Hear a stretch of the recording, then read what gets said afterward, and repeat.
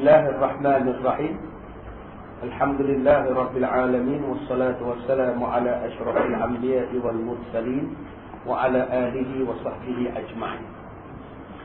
Baik, hari ini kita terus masuk kepada ini satu tambih. Tak kala kita ketahui daripada segala jalan yang menjadi kebinasaan atas segala orang yang berkahwin. Kita dah baca dulu tentang golongan-golongan yang ditolak amalannya. Sekarang kita masuk kebinasaan atas segala orang yang berkahwin. Seperti yang tersebut dahulu, maka sayugianya pula kita ketahui akan faedah berkahwin dan kelebihan berkahwin. Maka faedah berkahwin itu ada 5. Faedah berkahwin ada 5. Yang pertama, dapat anak. Itu faedah tujuan kahwin, untuk mendapatkan anak zuriat. Tambah dalam negara kita ni tuan-tuan, negara yang memerintah sesebuah negara kerana populasi kaum. Kerana populasi kaum. Kalau kaum di situ banyak, maka kaum itulah yang menjadi calon.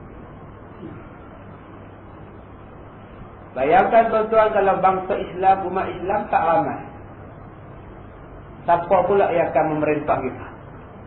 Ini kena jaga. Bila kita sebut tentang demokrasi, tambah di Malaysia ni pula, demokrasi berdasarkan kepada kaum. Kalau kawasan itu majoriti satu kaum, maka dialah yang akan pegang kerusinya.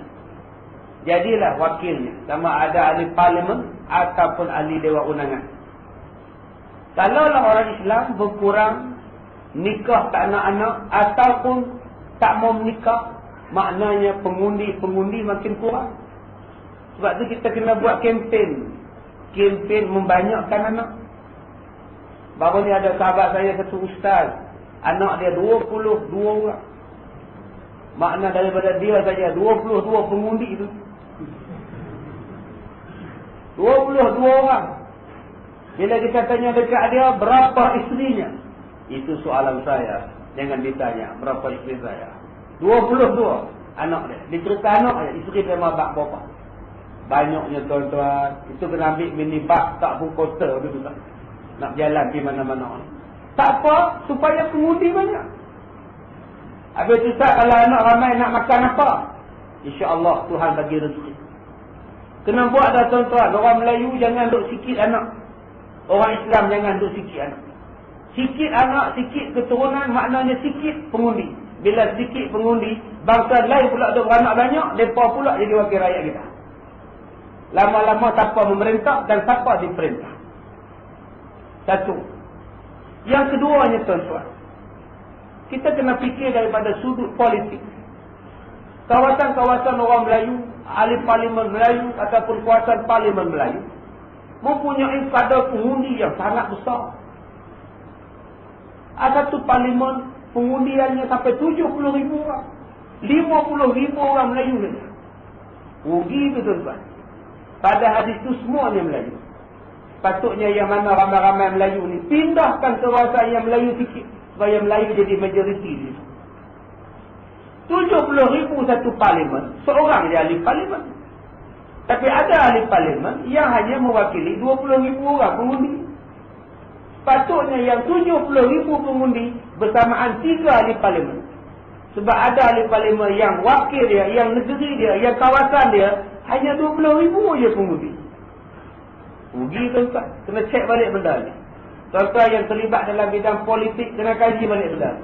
Ada don tu saja 25,000 pengundi Melayu. Tetapi ada don yang bukan Melayu, pengundinya 6,000 orang saja untuk satu don. Tetapi 6,000 orang dia dapat satu kerusi. Melayu 25,000 orang hanya satu kerusi. Sedangkan kalau 25,000 orang dibahagi dengan 6,000, maknanya dia dapat 3 don tuan-tuan untuk satu kawasan. Melayu ramai tetapi sikit wakilnya. Sebab kawasan Melayu terlalu besar, kawasan yang bukan Melayu sikit tapi dapat satu kerusi. Kawasan Melayu 20,000 satu kerusi. Kalau kira-kira nisbah je tuan-tuan, kawasan Melayu yang berpuluh-puluh ribu orang itu sepatutnya dipecahkan lagi kepada banyak don dan banyak parlimen supaya kuasa Melayu banyak dekat. Tapi sayang, kita tak nampak benda ini. Kita bagi pada bangsa lain. Walaupun kawasan dia sikit je pengundi. Tapi bagi parti majoriti dapat. Maka dia bersuara. Bersuara malah-malahan kadang-kadang berkuasa. Hanya kerana dia bawa kursi itu. Sedangkan pengundi dia sangat sedikit. Nak dibandingkan dengan nisbah orang Melayu. Ini kena tengok belah-belah Kelantan, belah Kedah. Ya, belah Perak, kawasan majoriti banyak Melayu. Tapi sayang, wakilnya tetap seorang. Berbeza dengan bangsa-bangsa yang bukan Melayu, yang duduk di satu kawasan don atau parlimen, pengundinya tak ramai, tetapi dapat tetap satu kerusi dan sebagainya. Benda ni kena kaji balik. Kalau betul macam itu, tak demokrasi nama dia. Tak adil. Yang sedikit dapat satu kerusi, yang banyak pun satu kerusi. Sedangkan yang banyak itu bersamaan satu kerusi yang sedikit. Jadi tuan-tuan, kalau nak jamin survival orang Islam, survival orang Melayu, supaya terus berkuasa, pastikan benda ini dikaji balik. Dan yang kedua yang disebutkan awal-awal tadi, pastikan orang Melayu beranak ramai. Masalah Ustaz, isteri saya dah 50, Ustaz nak beranak apa? Nikah lain. Tu yang Mak Ji marah belakang tu. Kahwin orang ramai tempatlah tuan-tuan. Satu isteri 8 kali 4. Tuan-tuan. Kuatlah pengundi kita. Itulah hikmah. Tapi orang tak nampak di sebalik nikah 2, 3, 4. Kalaulah orang faham Islam, sebab tu rupanya ya Islam ni membenarkan nikah lebih daripada seorang. Sekarang baru kita nampak perlunya ramai orang. Perlunya ramai orang Islam. Dan nak dapat ramainya orang, salah satu caranya ialah nikah ramai. Dapatlah anak ramai. Bila anak orang Islam ramai, maka umat Islam akan dominan di satu tempat. Bila dia dominan di satu tempat, dia mengekalkan status kuasanya itu. Tapi selagi mana kita tak nampak benda ini, dan kita tidak mengaitkan itu adalah politik dan itu adalah Islam, kita tak gabungkan sekali, kita anggap politik tak ada campur dengan Islam, akhirnya tuan-tuan, kita berada dalam keadaan berbahaya. Mereka membuat pengubahan, penambahan, pengalihan pengundi untuk menseimbangkan daripada 10% naik 30%. Dulu pengundi mereka hanya 5%, sekarang dah naik 20%, sekarang dah naik 30%. Orang Melayu tetap tahap itu. Ini yang kita ambil daripada faedah berkahwin. Tetapi bila kita sebut nikah 2-3, orang pula marah. Sedangkan itu juga satu bentuk perjuangan. Itu yang saya ingat bawah dengan orang yang menikah 2, 3, 4. Mereka adalah penyumbang kepada pengundi-pengundi baru. Baik. Macam tak setuju. Ustaz ni merapu ke apa? Tak ada merapu. Saya cerita ni supaya orang kita teruskan berpuasa. Baik, kemudian dapat anak, iaitu kelebihan yang dituntut akan berkahwin. Kerana maksud berkahwin itu ialah menghasilkan anak, supaya jangan sunyi alam ini daripada jenis manusia. Tuan-tuan cuba tengok kitab-kitab lama ni, dia bubuh jenis manusia. Jenis manusia ni Cik Luqman, orang putih panggil apa? Nah, spesies ke? Hitam saja. Kalau jenis haiwan, teori Darwin, dia kata manusia ini melalui proses evolusi, melalui proses berjalan merangkak, berjalan menunduk, jalan rukuk, tegak sikit, sampai tegak berjalan. Itu teori Darwin, evolution. Selepas itu, orang mengkaji betul tak betul teori Darwin. Bila mereka kaji, confirm salah. Sebab Allah Ta'ala sebut di dalam Al-Quran, dalam surah As-Sajdah, manusia ini berasal daripada tanah. Dan tanah itu melalui proses yang sangat detail, yang dipanggil sebagai proses pensejatan dalam bahasa kita.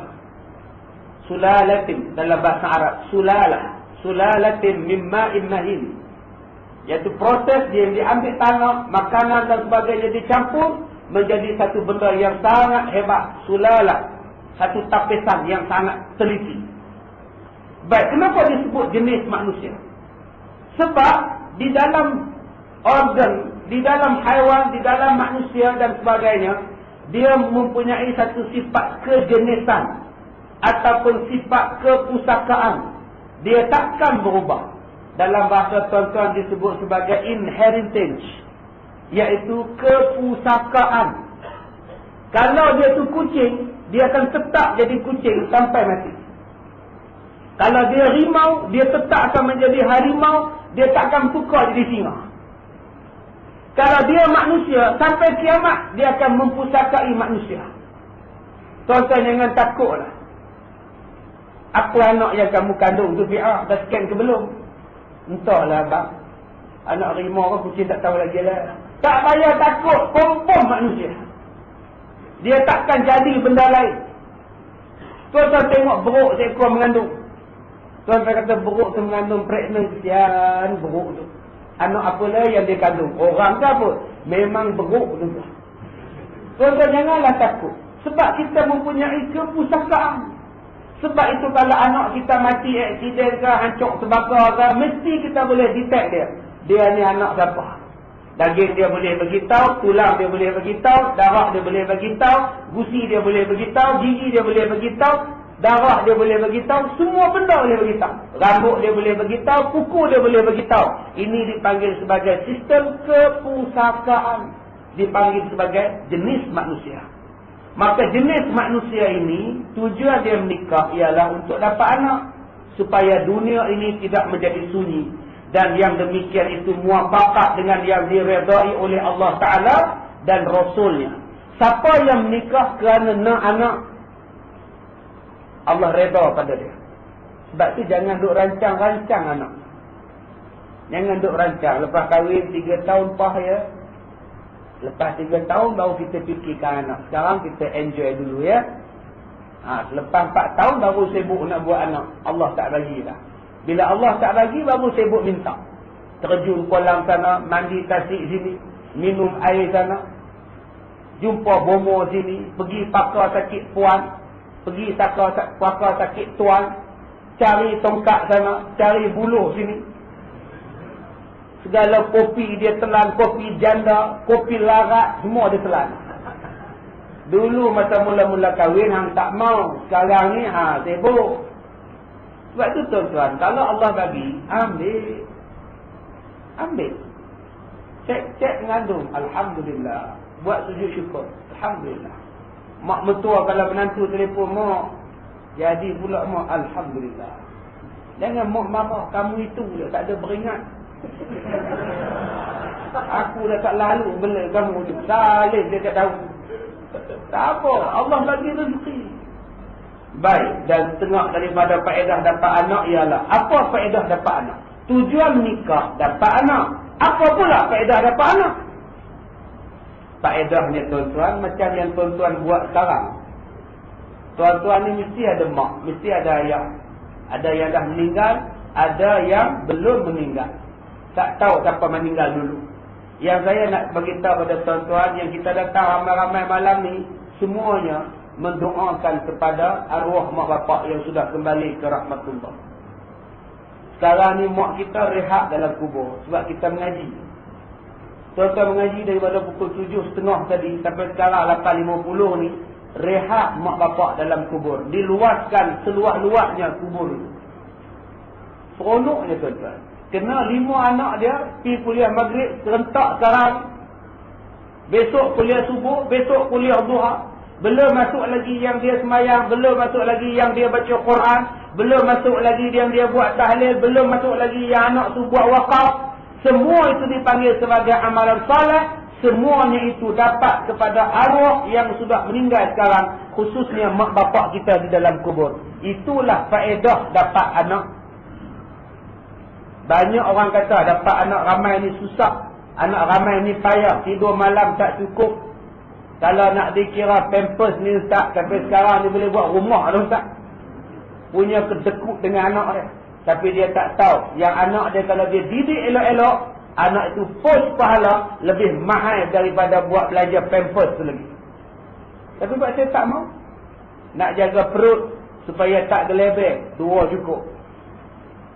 Nak jaga poket supaya tak rabak, 2 cukup. Nak jaga pendidikan anak supaya dapat pendidikan yang sempurna, 2 cukup. Berapa banyak orang yang faham tu? Anak ramai-ramai ni payah ustaz. Kita tak sempat nak bagi tumpuan kan tentang pelajaran dia orang kan. Itu yang kita fikir 2 pun cukup lah sepasang lelaki perempuan kan. Dapat kita tumpukan pendidikan kan. Katanya, iyalah. Tumpu tuan-tuan. Berapa banyak je menyesal bila tua-tua. Menyesal tuan-tuan. Ada satu datin datang jumpa saya bekas ahli parlimen. Ngadu pada saya tentang masalah anak-anak yang tidak memperdulikan dia. Tak ambil kisah pada dia.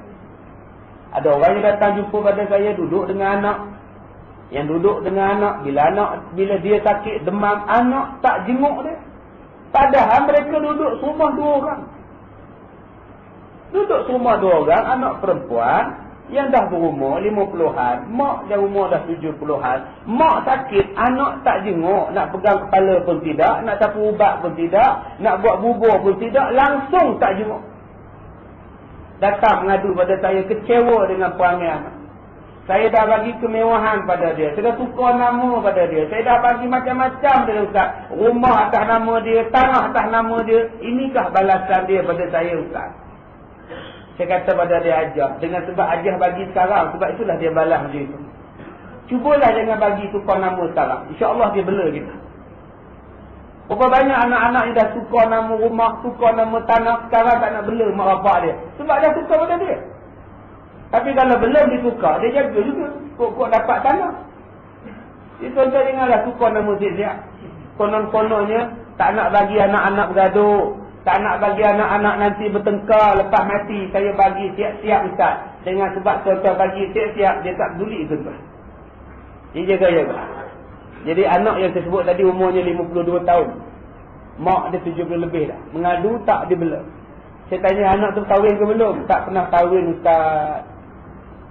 Saya kecil hati ustaz. Jadi siapa yang nak bagilah nama tuan-tuan. Umur 52. Ya, mudah-mudahan dia boleh bela tuan-tuan. Baik, kemudian.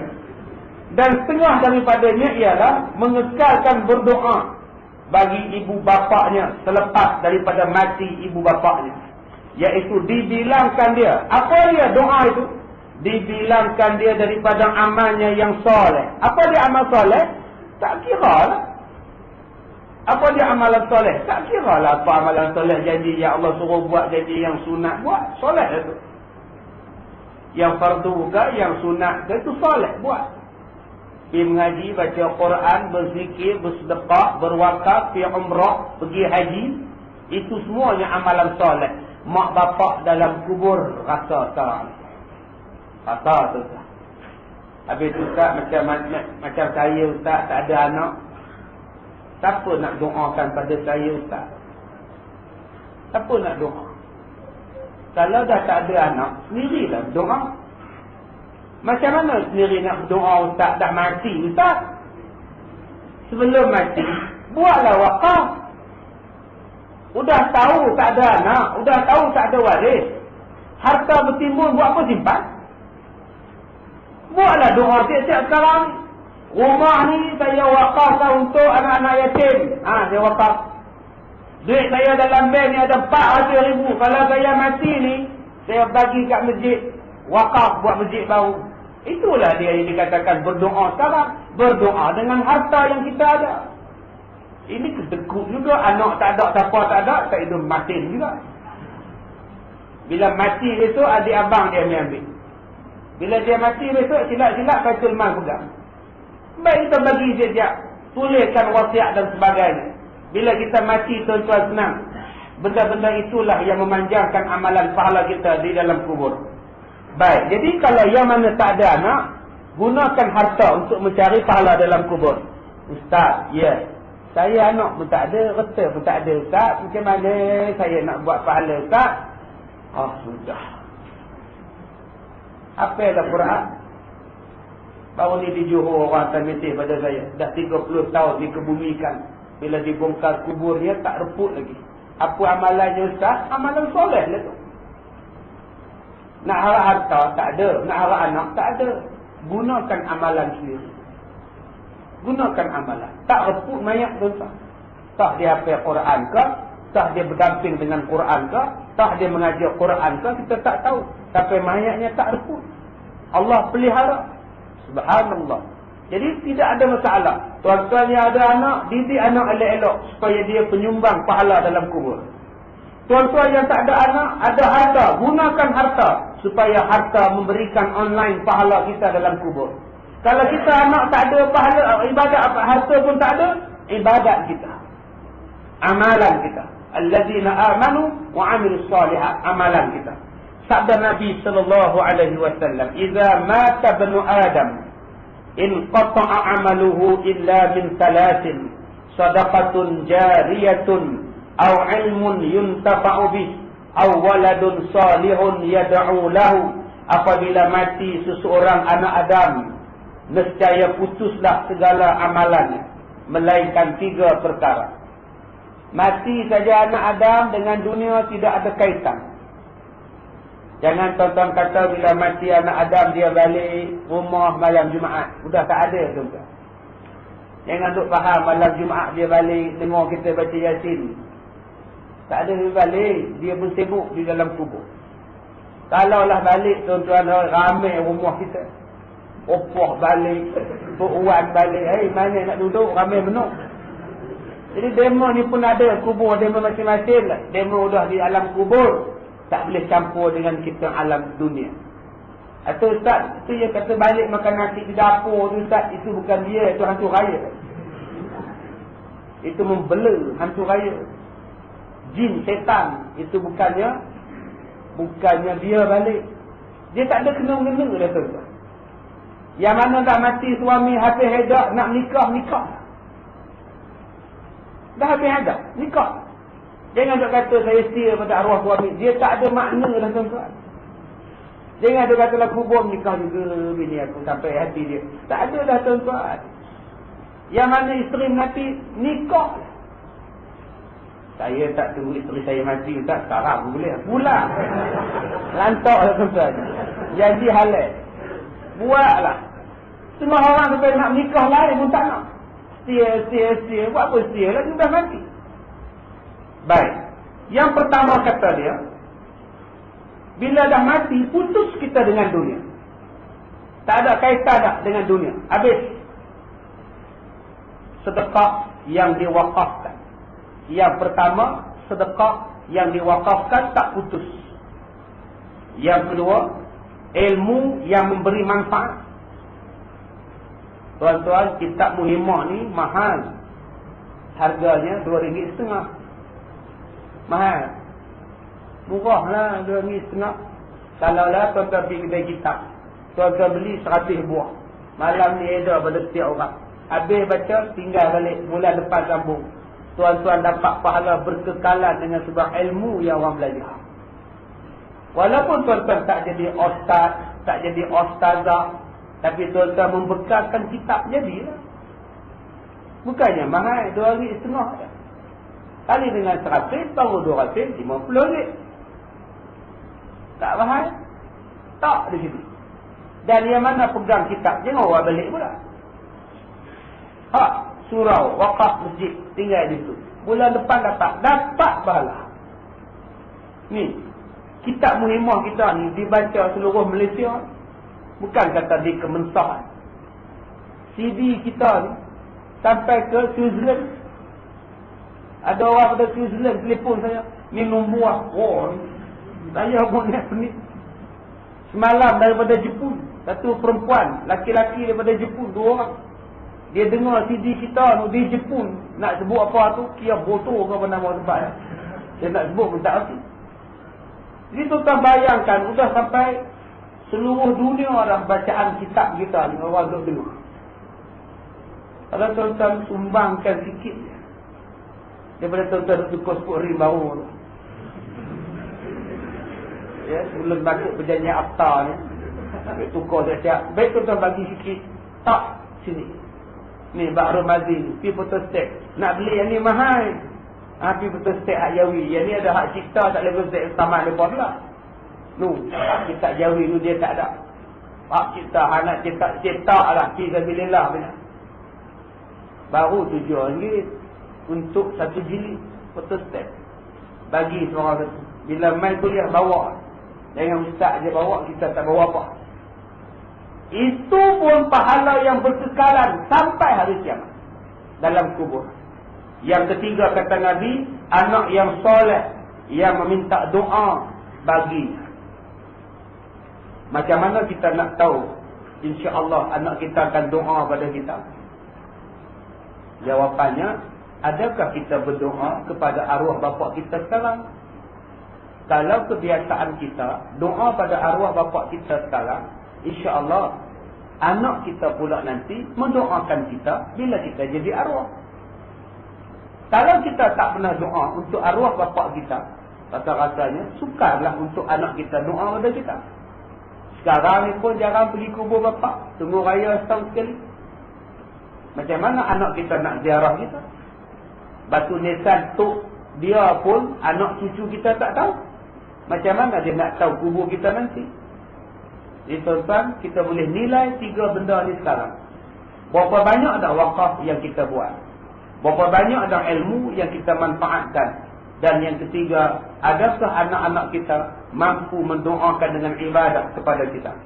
Maka berbanyaklah oleh kamu, wahai segala manusia, daripada memberi sedekah dan berbuat wakaf. Jangan kedekut. Jangan kedekut. Siapa yang kedekut, dia rugi di hari kiamat. Yang kedua, tuntutlah belajar. Jangan malas. Dan dengarkan olehmu akan yang memberi manfaat. Pengajian, sila pergi. Pengajian yang boleh memberi manfaat. Bukan pengajian yang tidak memberi manfaat. Ada pengajian yang sia-sia, yang buat letih dia datang, tapi ilmu tak dapat. Dan mintalah doa oleh kamu dikurniakan anak, dikurniakan Allah anak yang soleh. Kerana 3 perkara ini sahaja yang boleh memberi manfaat bagi diri kita selepas daripada bercerai nyawa kita dengan badan kita. Yang lain tak boleh bantu. Ya, Prabu Yamaha tak boleh bantu. Harta benda tak boleh bantu. Rumah tinggal kosong. Kereta-kereta tinggal lapuk. Sekarang ni kereta lapik bata di bawah. Dulu kereta tu hebat. Sekarang ni saya dah pancit, orang lapik dengan bata. Tak ada siapa nak bersih tak. Tinggal gitu. Dulu kolam-kolam ikan dia banyak ikan. Lah tinggal kering kontang dengan nyamuk Aedes saja. Mana tuan dia? Tuan dia tak ada. Kain baju dia bergantung je sekarang dalam almari. Mana tuan dia? Tuan dia mati. Yang dibawa kepada kita 3 ada. Wakaf ada. Ilmu manfaat ke tidak? Anak ada tak yang memberikan doa anak soleh? Saya dah kata pada tuan-tuan, kalau tuan-tuan ada harta, pergilah sponsor anak-anak yatim. Yang fakir miskin, sponsor mereka. Pergi mahat-mahat tahfiz, tengok yang mana anak yatim miskin, tolong mereka. Sebulan 250. Selagi makcik hidup, makcik belajar. Mudah-mudahan hafal Quran nanti, pahala hafal dapat kat makcik. Pasal makcik duk sponsor. Mudah-mudahan. Carilah. Daripada duk sedekah tentu halal kat Asro. Dengan Asro tak kira. Sedekah tiap-tiap bulan. Bukan ada faedah akhirat. Tapi untuk anak yatim, baru ni ada satu perempuan. 3 orang anak, suami mati aksiden, kena langgar lori, pecah kepala. Main nak duduk di sekolah raya, anak yatim 3 orang. Muda lagi mak, 38. Siapa nak bagi nama? Ya. Ya, tuan-tuan. Kau kerja apa? Kau tak kerja apa lah, duk beli kuih. Allah, tu anak-anak jana ni nak letak kat ustaz. Kau serah pada ustaz, insya-Allah. Dia serah anak dia, bukan dia. Tuan-tuan kena faham. Kita membantu insan yang lemah, insya-Allah. Ya, tuan-tuan kecil-kecil enak. Mati balik kerja jual ikan. Suami jual ikan, langgar dia lori, hancur kepala. Ya, anak-anak mata kebir-kebir hitam je mata. Anak-anak yatim. Tolong pokok macam ni banyak tuan-tuan. Padang tu tolonglah juga. Jangan tak tolong pula Padang tu. Tapi Padang tu jauh. Yang di Padang tu jauh. Boleh tolong. Cuma dia pun kejut kita dengan bulu runcing. Jadi itu je lah. Tapi kalau anak yatim di Malaysia ni, insyaAllah dia tak baling batu. Dia tak baling dengan bulu runcing. Dan dia tak bakar bela kita, insyaAllah. InsyaAllah. Tambah pula dia pun hafaz Quran. InsyaAllah dia tolong doa. Dia bapak tak ada. Dia mak tak ada. Kita untuk bagi belajar makan tiap-tiap bulan pada dia. Takkan dia tak doa? Ya Allah, pahalaku baca Quran, pahalaku apa Quran itu sedekah lah.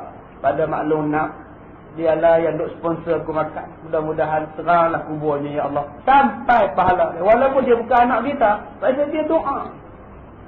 Doa. Ud'uni astajib lakum. Mintalah pada aku sampaikan. Makbulkan doa kamu. Baik, habis. Bermula murad. Bermula murad. Murad maknanya yang dikehendaki dengan anak yang soleh. Yang di dalam hadis ini tersebut. Apa dia anak yang soleh? Kata dia, anak yang mukmin, anak orang beriman. Anak orang beriman. Maknanya bukan anak kita tu kafir. Kita mak bapak Islam, tiba-tiba anak kita murtad. Anak tu murtad, macam nikah dengan orang Afrika. Murtad. Duk di Afrika ni dia doa kepada Allah, ya Allah, ampunkanlah mak aku, terangkanlah kuburnya. Tak ada makna doa ni. Sebab dia orang kafir. Walaupun dia doa kepada Allah Ta'ala, bagi mak dia Islam. Dan kata dia, doa orang mukmin bagi ibu bapa itu memberi manfaat. Sama ada ia soleh atau fasik. Yang kedua maksudnya ialah, anak-anak itu, walaupun dia jahat, sekalipun tak semayang, tapi bila dia doa, dia sedekah untuk mak bapak dia, tetap sampai. Dia tak semayang, tapi dia buat morek atas nama bapak dia, arwah, sampai pada bapak dia. Walaupun dia tak semayang. Dia ambil morek, bubuh lauk dalam mangkuk 3 tingkat tu. Dia buat balik rumah. Semayang tidak. Tapi dia morek ni atas arwah bapak dia, dia dapat pahala. Bapak tu dapat pahala. Maka iaitu diberi pahala atas ibu bapaknya dengan sebab doa anaknya. Dan sekalian kebajikan anaknya itu sampai kepada pahala kepada ibu bapaknya di dalam kubur, walaupun anaknya itu fasik sekalipun. Janji anak itu buat benda baik. Macam saya kata tadi, anak tu tak semayang, tapi dia sedekah atas nama bapa, sampai pahala itu pada bapa. Yang tak sampai pada dia, sebab dia tak buat amalan semayang. Baik, setengah daripada faedah dapat anak ialah anak itu bermanfaat pada hari kiamat kepada ibu bapaknya, dengan syarat apabila mati anak itu ketika kecil. Faedah kedua dapat anak ialah kalau anak tu mati kecil, mak bapaknya akan dapat manfaat di hari kiamat. Nabi bersabda, inna tifla yajuru bi abawaihi ila jannah. Bahawasanya sesungguhnya anak-anak kecil yang mati menarik kedua ibu bapaknya masuk ke dalam syurga. Salah dia, Ustaz, anak saya tak mati-mati, Ustaz. Balik nanti jangan tuan-tuan picit hidung pula, pergi pekuk dengan bantai mati budak. Kenapa abang bunuh anak kita, abang? Mudah-mudahan kita masuk syurga. Ya. Itu pun seorang suami yang bengong. Kalau dia mati, redha. Kalau dia belum mati, didik anak-anak jadi sehat, jadi selamat dunia akhirat. Kalau dia mati, sabar. Bukan bila mati saja anak, confirm masuk syurga. Dia ada syarat. Syarat pertama, mak bapak mesti sabar. Syarat kedua, mak bapak mesti redha. Kalau mak bapak pingsan, menjerit, melolong, tak dapat. Kalau mak bapak selepas dia mati, anaknya itu mati, diungkitnya sampai sekarang tak selesai-selesai lagi. Diungkit macam-macam, tak dapat. Ini salah ambulans, lambat sampai. Kalau dia awal hidup lagi anak saya, driver dah bodoh. Tak dapat bapak ni cakap macam itu. Sudah mati-mati lah. Sudah, anak tu dah ahli syurga. Ada pelajar saya yang mati, anak dia dalam bulan Ramadan, mati 2-3 hari. Lepas bersalin, mati. Saya kata, akak sabarlah akak. Anak akak confirm masuk syurga. Tak payah buat tahlil tak? Tak payah. Yang kena buat tahlil akak. Yang kena buat tahlil kita yang hidup ni. Tak, kita ni mati baik kan mati jahat. Tuan-tuan lah kena banyak tahlil. La ilaha illallah, la ilaha illallah. Budak tu confirm syurga. Nak tahlil apa lagi? Telqin pun tak payah.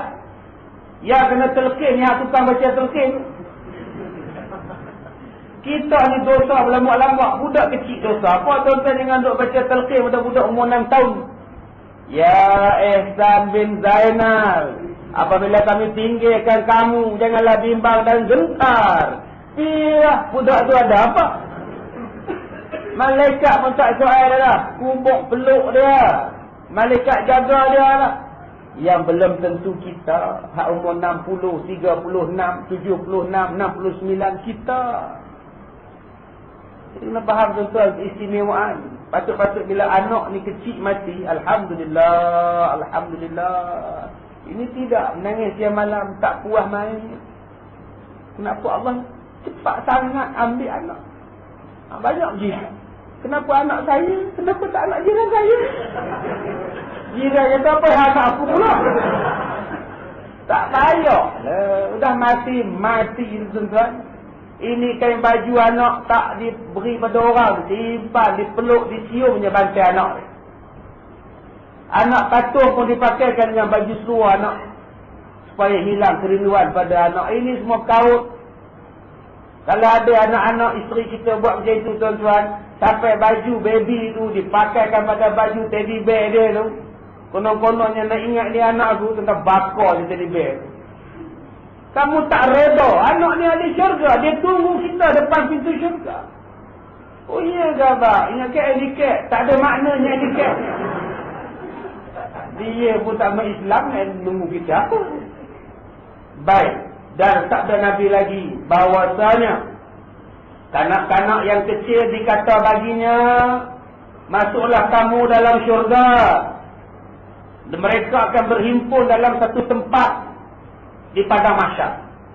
Dia tak payah tunggu lama-lama matahari terjengkai di kepala, tak jumpa. Kita ni nanti tuan-tuan semua rasa peluk sampai ke hidung. Budak-budak ni tak rasa peluk tu. Mereka akan masuk syurga tanpa hisap.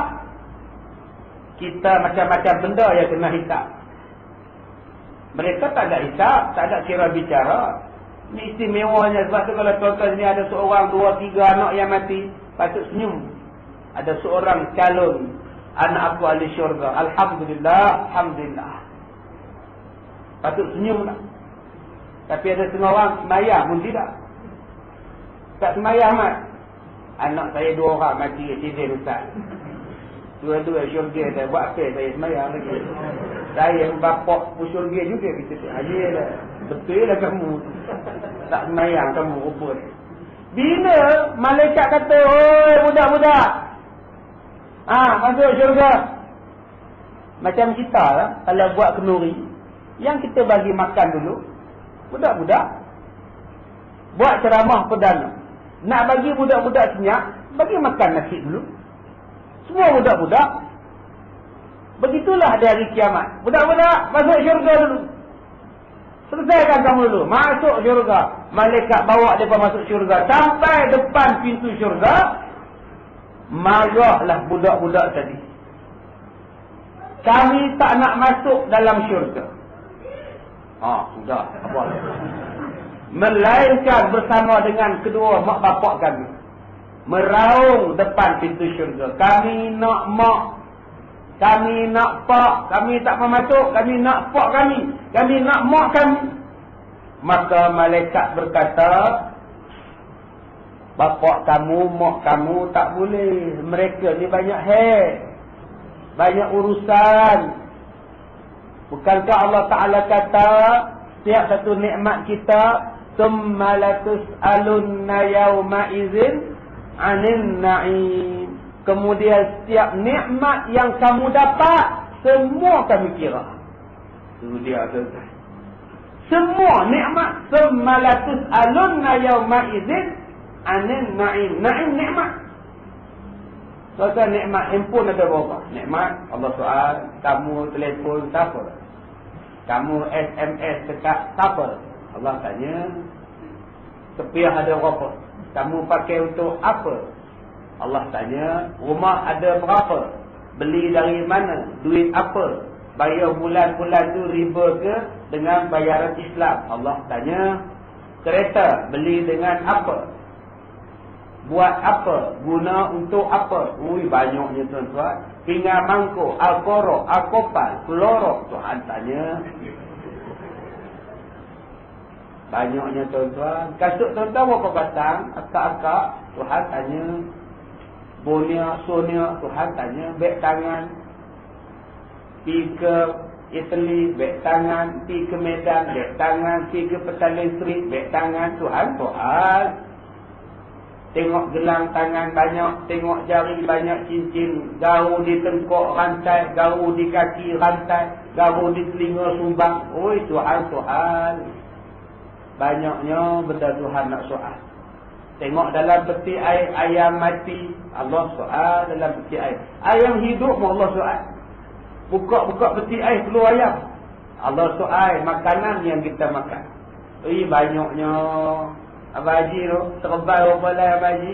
Allah soal. Setiap satu nikmat, tuan-tuan fikirlah tuan-tuan. Duit tuan-tuan, harta kita, berapa banyak. Kalau sekarang lah, kalau tuan-tuan nak kira, nak tulis pinggan harta benda tuan-tuan, pinggan mangkuk semua ni, tak tertulis sekarang. Ken plekat yang kita beli sejak tahun 48 sampai sekarang berapa lah. Kita lupa dah, tapi Tuhan ingat. Allah tanya, cak gajah duduk, hang beli di mana? Curi ke apa? Cak gajah berlari? Kasut selipar yang kita beli sejak tahun 79, berapa banyak? Berapa banyak orang yang pakai selipar dia ambil yang sembahyang Jumaat siang tadi. Kasut dia hilang, dia pakai kasut orang. Tu ada satu di bawah. Tapi ingat Allah tak soal. Balik tak lagi, pergi hantar balik kat masjid tu, lempar ke pagar. Ni bukan kasut aku. Tapi setengah orang dia tak faham. Saya datang berkasut. Kenapa saya pulang tak berkasut? Sebab itu saya terpaksa mengambil kasut. Supaya saya berkasut. Buatlah tuan-tuan. Jagalah tuan-tuan. Itu nikmat. Budak-budak nak ditanya apa? Mereka takkan ditanya. Mereka terus masuk syurga. Maka malaikat berkata kepada mereka, masuklah oleh kamu akan kedua-dua bapa kamu bersertanya ke dalam syurga. Dalam satu lagi hadis, Nabi tanya, Allah tanya kepada malaikat, kenapa budak-budak ni tak nak masuk syurga? Malaikat kata, sesungguhnya engkau lebih mengetahui pada kami, ya Allah. Mereka tak nak masuk sebab mak bapak mereka tak ada. Kata Allah pada malaikat, suruhlah mereka cari mak bapak mereka. Maka budak-budak tadi pun cari mak bapaknya. Yang belah kanan pegang bapak, yang belah kiri pegang ibu. Berjalan bersama-sama masuk syurga. Ini dia tuan-tuan, kelebihan orang yang masih kecil. Mak bapak dia diheret sama masuk syurga oleh anak-anaknya. Barang siapa yang ada baginya seorang anak perempuan, dia tak sebut anak laki-laki, dia sebut anak perempuan. Tuan-tuan sini ada anak perempuan, Siti, Balqis, Siti, Nuhaliza dan sebagainya. Anak perempuan itu Rafi'ah, Rasidah, Sabariyah dan sebagainya. Siapa-siapa yang ada anak perempuan, diajarinya akan dia ada. Disuruh tutup aurat, disuruh berpakaian dengan pakaian yang menutup aurat, diajar tentang agama, suruh anak semayang, anak tadi baik, dia ajar anak dia baik dengan hukum hakam dan adab. Kemudian anak perempuan tadi diberinya makan akan dia dan diperbaiki makanannya dan menyempurnakan segala nikmat atas anak tadi dengan nikmat yang Allah Ta'ala bagi. Nescaya anak perempuan itu di hari kiamat berada pada kanannya dan kirinya, memelihara mak bapaknya daripada api neraka hinggalah mak bapaknya masuk ke dalam syurga. Inilah satu hadis nak memberikan kepada kita Islam tidak pernah memandang berat sebelah pada orang perempuan. Masih lagi terdapat orang-orang Melayu yang tak suka anak perempuan. Dia lebih bangga dengan anak laki-laki. Cukup bangga kalau dapat anak laki-laki. Dia tak suka anak perempuan, sebab anak perempuan nanti kahwin, tinggalkan dia. Dia tak suka dapat anak perempuan, nanti anak perempuan ni beranak, menyusahkan dia. Tapi Nabi kata dalam hadis ni, siapa yang bela anak perempuan elok-elok, agamanya bagus, anak perempuan itu akan menghalang dia daripada api neraka dan memasukkan mak bapak ke dalam syurga. Ya tuan-tuan, tolong betulkan balik fahaman tuan-tuan tentang anak perempuan. Jaga elok-elok. Kenapa ya anak perempuan ini susah, istimewanya sampai tahap macam ini? Sebab kata Rasulullah, sebab memelihara anak perempuan lebih sukar daripada memelihara anak laki-laki. Tadi ada orang telefon, semalam telefon saya. Anak dia 14 tahun, tingkatan 2, lari seminggu dah ikut jantan. Seminggu tinggal mak bapak. Tolonglah ustaz buat sembahyang hajat. Dia lari ke mana kak? Tahu tak dia lari mana? Tahu. Rumah boyfriend dia pun tahu. Report lah polis. Suruh polis pergi ambil anak tu. Kalau kau nak ambil kan gaduh ke apa tu. Pergi report anak saya lari tak ada, sekarang dia percayai duduk di situ. InsyaAllah. Boleh ke ustaz? Boleh. Apa tak bolehnya? Pagi dia telefon, malam dia hantar mesej. Anak saya telah pun dapat dibawa balik dengan bantuan polis. Terima kasih atas nasihat ustaz. Tuan-tuan, yang itu pun tanya saya. Patut report polis dah tahu anak lari di situ. Ada kucing Parsi hilang pun report kat saya. Kucing Parsi, dia kata sudah tak ada dah. Kalau dah seminggu tak ada dah. Tambah rumah kau tu banyak orang biar 6. Dia mau buat sate kau. Susah hati. Macam-macam. Ada yang datang mengadu pada saya, ustaz, majikan saya tidak mencarongkan dalam perkeso. Saya kata itu kerja pejabat tenaga rakyat, pejabat buruh, sumber manusia, bukan untuk saya. Pergi report kat sana lah, pejabat sumber manusia. Pergi. Yang bukan-bukan bentuk. Saya pun kadang-kadang menung ni orang. Sebab tu saya kata betul-betul, saya ni mengalahkan YB lagi. YB tak ada sibuk je saya. Sibuk-sibuk YB pun open house pergi. Saya langsung tanpa pergi tempat. Banyak ni masalah. Ada orang yang buat sembahyang istikharah. Dia nak pergi Mekah. Siapa nak bela anak-anak dia 6 orang? 3 kali buat istikharah, nampak muka saya. Ini saya tak bohong ni tuan. Dia datang jumpa saya, ustaz. Saya nak hantar tempat ustaz ni untuk bela anak saya. Anak dia yang paling kecil 8 bulan. Tolonglah ustaz. Nak pergi haji betul ke ni? InsyaAllah ustaz. Dah dapat, dah pompon dah. KT pompon semua dah dapat. Tapi percaya pada ustaz je. Tapi buat 3 kali istikharah, 3 nampak ustaz. Alhamdulillah. Ambil lah. InsyaAllah minggu depan dia hantar. Saya cari satu makcik, bela anak-anak. Yang mana anak yang dah besar, masuk camp cuti sekolah. Ya, 29 hari bulan sampai 28 hari bulan 12. 29 dan 11 sampai 28 camp cuti sekolah. Sebulan di sekolah saya. Siapa nak hantar anak dia, masih lagi dibuka. Hantarlah. Yang paling kecil 8 bulan tu. Ada orang yang lepas semayang di masjid, dia hantar mesej.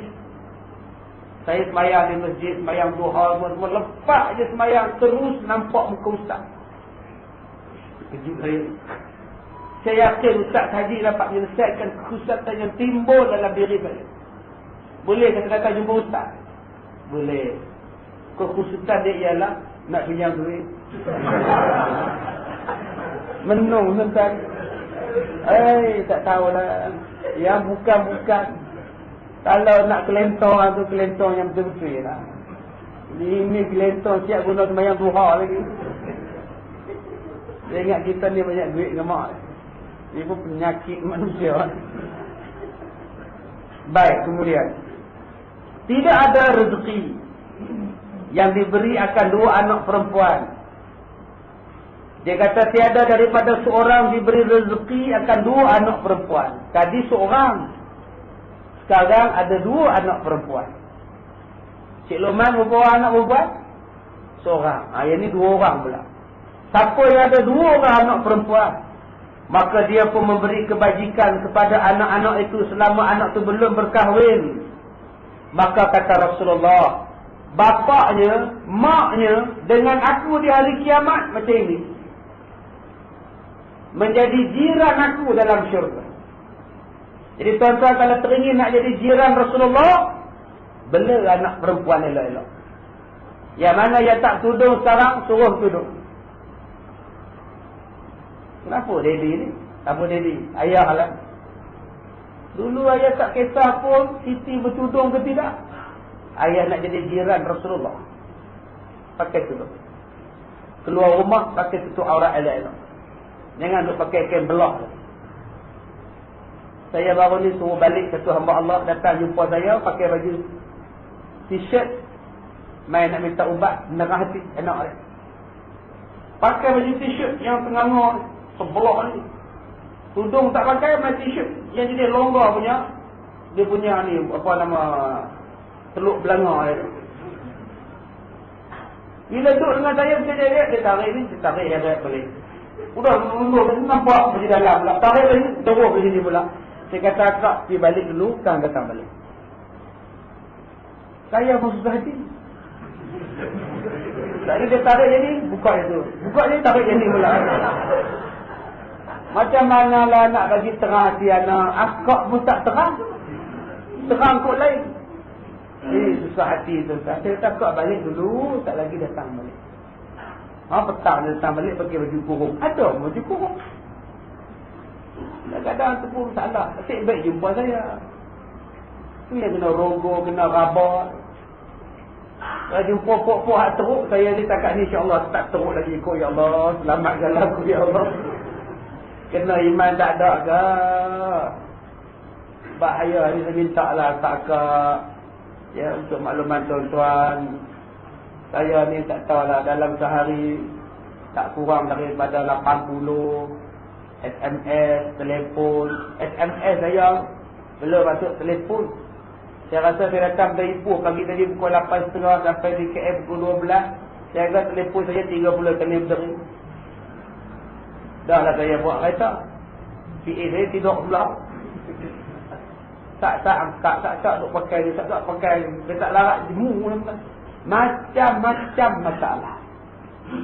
Jadi saya minta lah yang mana yang nak cakap dengan saya tu, cakap straight lah.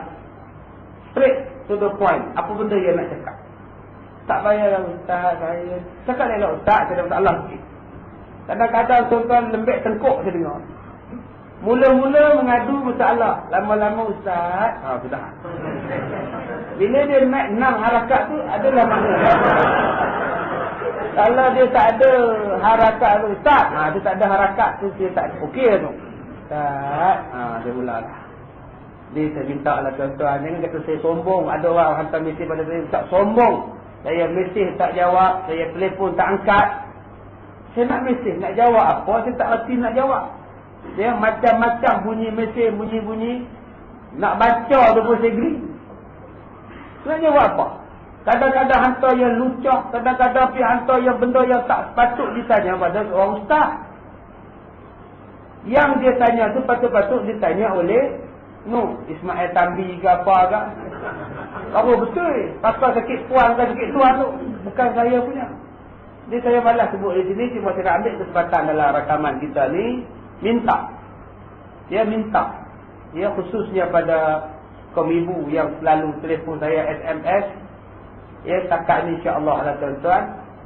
Tak ada lagi lah saya teringin ke apa ke. Jadi saya minta lah. Saya jelaskan itu. Ya, supaya jangan timbul perasaan-perasaan benda-benda yang tidak menyeronokkan. InsyaAllah kalau tuan-tuan nak berlintah langsung dengan saya, tuan-tuan boleh terus pergi ke laman web saya senang. Itu cakap je. Nanti saya jawab lah dalam web saya tu, www.albarakah. Hantar je tu. Nanti saya jawab apa pun soalan tuan-tuan. Ya, yang tuan-tuan nak adukan. Kadang-kadang terasa pun ada, kecil hati pun ada. Yang maki hamun pun banyak. Dia tak seronok bila mesin-mesin lucah, mesin-mesin ayat-ayat power-power ni yang sampai. Setakat kita nak mengadu soalan, apa masalah, itu je, jangan lebih daripada itu. Jangan duk tanya ustaz tak teringin, kalau lagi nak menambahkan cawangan tak payah.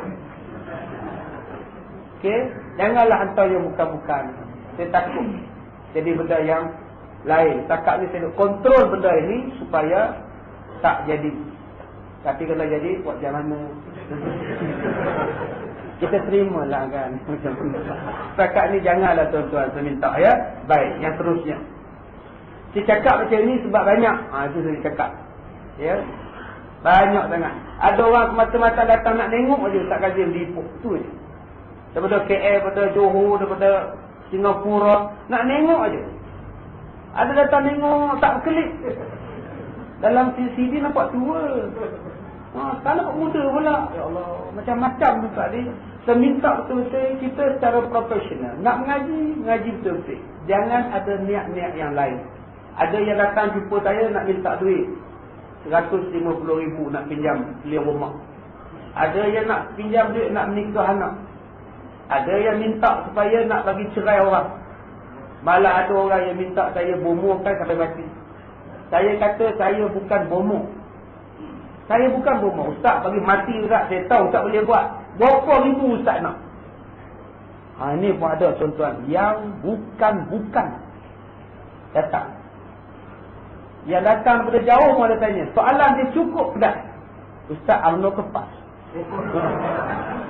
Itu je. Saya tanya soalan dia datang nak tanya itu je. Itu je Ustaz. Lagi puas hati saya Ustaz. Subhanallah. Habis dia tanya, dia pun balik. Assalamualaikum. Duit tu dah dia pergi balik RM15 lebih. Belum masuk minyak makan. Tak apalah tuan-tuan. Janji dia puas hati. Jadi soalan yang mesti profesional. Jangan ada soalan yang menyentuh. Ajak buat itu, ajak buat bisnes, ajak saya jadi duta produk. Minta maaf, saya tak berminat untuk menjadi duta mana-mana produk. Ya, sebab saya dapat maklumat. Dia kata, Ustaz, tolonglah Ustaz, kami nak beli CD Ustaz ni kena booking, kata dia. Kena ulang cetak lah, booking. Kalau tak booking tak dapat. Ada betul syarikat datang minta saya tunjuk macam ni je, iklan kopi. Saya minta maaf, saya bukan jenis itu. Saya nak mengajar. Ada yang tawarkan saya jawatan untuk jadi itu bukan. Saya tidak mahu. Saya hanya nak sekolah saya saja. Tambah sekolah saya sekarang sudah pun buka Mak Tafiz 2 minggu yang lepas hari raya. Setakat ni ada 20 pelajar Mak Tafiz Al-Quran. Dan tahun depan kita akan ambil lagi sampai 40 orang pelajar tahfiz. Lagilah saya nak tumpu pada sekolah saya. Sekolah tahfiz. Cita-cita saya untuk buat tahfiz telah pun berjaya.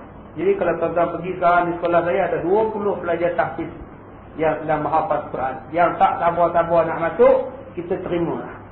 Kita kata tahun depan, dah Ustaz, nak sekarang juga nak masuk lah.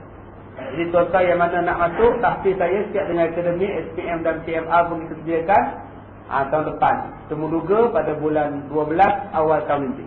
Jadi tuan-tuan boleh buka laman web kita, ambil borang di situ dan hantar balik borangnya, akan dipanggil surat untuk temu duga. Syaratnya 13 tahun ke atas. Lelaki sahaja. Dan tahun hadapan insya-Allah perempuan akan dibuka. Jadi tuan-tuan yang mana nak masuk tahfiz, buatlah. Dan saya pun dah bincang dengan PA saya, tahun hadapan saya nak kurangkan ceramah-ceramah di luar untuk memberi tumpuan kepada tahfiz. Ya, sekarang ni saya terlalu banyak berjalan di luar. Sebulan saya berjalan 30,000 kilometer. 25,000 hingga 30,000 kilometer. Semua tempat saya berjalan. Tak duduk di rumah. Ya, tak duduk langsung di rumah. Besok pagi di satu hari di KL. Hari Ahad satu hari saya keluar. Hari Isnin pun gitu juga. Jadi dah sampai masanya saya ceramah ni dah 18 tahun. Dah sampai masanya saya tumpu balik pada sekolah tahfiz saya. Saya mula mengajar tahun 90, tahun 93, tahun 92. Saya dah mengajar. Ya, maknanya hampir 18 tahun saya mengajar. Dan mengajar saya mula-mula ialah sekolah tahfiz. Jiwa saya memang saya sangat sayang kepada budak-budak tahfiz. Saya pernah mengajar budak-budak tahfiz 15 orang, 3 bulan saja boleh ingat 3 juzuk Al-Quran. Ya, boleh jadi juhal dekat negeri 3 juzuk. Main bola sambil hafal Quran, jogging sambil hafal Quran. main badminton dengan dia sampai habis Quran. Saya bawa budak-budak jogging dalam kampung. Satu ayat, satu ayat, patah balik ke belakang, datang ke depan. Depan, patah balik ke belakang. Sampai satu kampung saya buat. Jadi insya-Allah tuan-tuan, kalau kena gayanya, memang budak-budak ni boleh ingat Quran dengan kesungguhan daripada guru. Saya takut bila saya mengajar luar banyak, saya tak boleh tumpu pada anak-anak. Akhirnya harapan mereka, harapan mak bapak tak kena. InsyaAllah, saya akan kaji baliklah tahun depan. Kemensuah ni ada ke tidak. Ya, kalau agak-agak susah, kita stop lah. InsyaAllah, mana-mana tempat yang bermasalah, memang kita akan stop kuliah sebab saya nak tumpu pada sekolah-sekolah saya. Baik, yang terakhir. Baik, kata Nabi, tadi 2 orang anak perempuan. Siapa yang ada 3 anak perempuan atau 3 saudara perempuan, dia sabar di atas susah mereka itu. Anak perempuan ni tuan-tuan, kalau orang tak kacau dia ngacau orang. Itu masalah kita anak perempuan. Kalau anak kita tak ada ngacau orang ngacau dia. Kalau di kampung tu mendak. Tambah-tambah ada kes yang saya jumpa tuan-tuan, anak perempuan buat masuk jantan, naik tingkat atas rumah dia. Mak bapak tidur di tingkat bawah, tak tahu anak dia projek di tingkat atas. Jahatnya zaman sekarang ni punya budak-budak. Sabar dengan kerana anak perempuan, susah bela anak perempuan, dan sabar di atas kedukaan mereka. Ada satu bapa yang anak dia 16 tahun. Anak dia berumur 16 tahun, mengandung anak dia. Tak tahu nak buat apa. Datang mengandung, Ustaz, anak saya 16 tahun. Sekarang mengandung 7 bulan. Dia kata yang jantan tu dah kena tangkap. Dah, sekarang dah kena tangkap. Kenal jantan. Saya dah jumpa dengan bapak dia, Ustaz. Saya dah jumpa dengan mak budak ni. Saya kata tolonglah jaga anak hampa duk bawa anak saya. Saya dah kepung anak saya, dah kunci pintu, Ustaz. Dia keluar juga ikut budak jantan. Yang lebih malang, Ustaz, mak bapak budak laki-laki ni tahu anak dia, anak mereka bawa anak saya. Saya pukul anak saya, Ustaz. Saya tampar anak saya malam-malam keluar. Tapi Ustaz tahulah anak perempuan saya pening, Ustaz. Saya kerja, isteri saya pun kerja, mereka pergi sekolah, mana saya boleh kontrol, Ustaz? Dalam duk nasihat, dalam duk marah, dalam duk pukul, duk kunci pintu, mengandung juga. Sekarang anak tu buat apa? Saya dah berhentikan sekolah tahun. Sebab saya nak bersalin. Soalan saya pada Ustaz, kalaulah dia bersalin nanti, anak tu saya nak buat apa? Nak serah kepada JKM? Atau nak serah kepada orang yang nak bela? Atau saya nak serah kepada pusat jagaan yang banyak sekarang ni, orang yang mengandung 2 nikah duduk sini sampai beranak dibasuh dan sebagainya. Saya kata dekat dia, abang, kalau abang serah pada kebajikan masyarakat, serah kepada orang nak jadi anak angkat, serah pada pusat-pusat asuhan macam itu. Anak abang lepas beranak, abang bagi. Anak abang takkan rasa susah bela anak. Kalau ikut saya lah, abang, biar anak abang beranak. Bila beranak, biar dia susah bela anak malam-malam tak boleh tidur. Biar dia rasa susah menyusukan budak, memandikan budak, basuh berak budak, bawa anak pergi klinik, bawa anak pergi sana, usung sana sini. Biar dia susah. Bila abang pergi hantar dekat tempat orang lain, dia jadi senang balik. Dia tak ingat anak dia tak ingat nak menyusu, dia tak ingat apa. Nanti dia buat hal lagi. Bagi saya lah, abang bela lah. Biar anak abang tu rasa susah. Kalau nak kira malu, benda dah jadi, abang. Nak kira masyarakat jiran, tak mengandung pun kata, mengandung pun mereka kata. Yang penting, anak tu tak salah. Bila abang bela anak tu, pahala besar. Anak abang pula dah taubat. Benda dah taubat ni selesai lah, abang. Kalau abang kira pahala, bela. Kalau nak kira malu masyarakat kata, memang dah jadi lumrah. Dan tuan-tuan, kita sebagai masyarakat, kena ingat, mana ada mak bapak yang suka anak dia mengandung tanpa nikah? Tuan-tuan ingat suka tak anak-anak mengandung tanpa suami? Bapak malu, mak malu, mana nak taruh muka. Tuan-tuan, kadang-kadang kita tak tahu mak bapak ni dah marah, dah jaga, dah nasihat, dah pukul anak dia. Tapi anak zaman kita sekarang bukan zaman dulu-dulu. Dulu-dulu pun teruk. Tuan-tuan cuba tengok Seri Mersing. Tuan tengok nak cerita Seri Mersing tu damak. Anak dia lari ke bawah rumah. Lantai dia tembuk, lantai dia lari. Itu zaman Seri Mersing. Zaman Seri sekarang, anak bunian pun lari, tinggal bunian. Tu nama dia sumpah bunian. Tak mau hidup bunian, nak ikut Adam. Yang mana faham, tak faham juga. Jadi tuan-tuan, sepatutnya bila masyarakat kita yang ada anak dia mengandung, kita sebagai anggota masyarakat pergi rumah. Tak tahu lah kami simpati pada kamu man. Budak-budak zaman sekarang memang tabiat macam ni. Bila kita tegur marah, bila kita marah lari. Bila tak marah sakit mata kita tengok. Kami tumpang simpati pada kamu. Jadi kami anggota masyarakat datang ni nak bagi semangat pada kamu. Kamu jangan malu, kamu jangan apa. Kami faham kedudukan kamu. Sekarang ni jadi benda daripada anak kamu. Tak semestinya tak jadi pada anak kami. Jadi sama-sama lah kita ambil pengajaran. InsyaAllah kita tolonglah kamu man. Apa patut nak buat pada anak kamu? Kita akan bincang benda ni. Dan lepas ni kita buat satu cara macam mana anak-anak dara kalau anak motor dengan anak jantan ke apa kan. Mulai saat ni kita kena jaga. Sepatutnya macam itulah masyarakat. Anak ni isap dada. Tuan-tuan tahu kan mak bapak yang suka anak ni isap dada? Tak ada. Tapi mana buat macam mana? Jadi kita jumpa mak bapak dia bagi semangat, bagi kekuatan dia cari jalan. Macam mana nak selesai? Bukan dengan boykot, kutuk, tibai, pulaukan dia. Ini yang kita tak mau. Kita kutuk mak dia. Kita kata tu anak dia yang mengandung tu. Duk mengaji rajin anak mengandung. Banyak orang macam itu. Tu bapak dia tu. Harap duk pergi masjid tapi anak mengandung. Dia lupa dia ada 3 lagi anak perempuan dia di rumah. Dia tak tahu. Kita kata pada orang, tunggulah tuan-tuan, dia main pula pada anak kita. Baik, Nabi kata, siapa yang ada 3 anak perempuan sama dengan anak perempuannya, nescaya dimasukkan akan dia oleh Allah Ta'ala ke dalam syurga dengan kelebihan rahmat akan mereka. Maka sembah orang laki-laki, ya Rasulullah, adakah seorang pun demikian? Adakah 2 orang pun demikian? Kata Rasulullah, seorang anak pun jadi, 2 orang anak pun jadi, 3 orang anak pun jadi. Siapa-siapa yang belah seorang anak perempuan, 2 anak perempuan, 3 anak perempuan, sama dengan kerana anak perempuan, mak bapaknya beroleh syurga. Dan anak perempuan tadi penghindar daripada api neraka.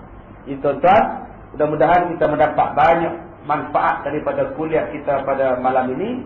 InsyaAllah saya diminta oleh Ustaz Zuhair untuk mewar-warkan satu CD yang cukup bagus, himpunan ayat-ayat dan doa-doa mustajab amalan Rasulullah, yang dibaca oleh Ustaz Ilyas Ibrahim, yang didoakan oleh Ustaz Al-Imam Al-Alamah Sayyidi Syekh Yusuf Majuddin Al-Bakhur Al-Hasani.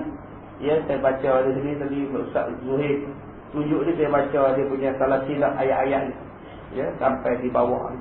Ya, alhamdulillah. Mudah-mudahan tuan-tuan boleh baca untuk amalan kita sehari-harian. Baik, cukup sekadar itu. Sebelum saya akhiri kuliah saya, bagi anak-anak tuan-tuan yang nak masuk tahfiz, ya, boleh ambil borang sekarang. Dan bagi yang nak masuk kem cuti sekolah pun boleh dibuka. Sekarang pendaftaran dibuka. Saya minta maaf jika terkasar bahasa. Wabillahi taufiq wal hidayah. Assalamualaikum warahmatullahi wabarakatuh.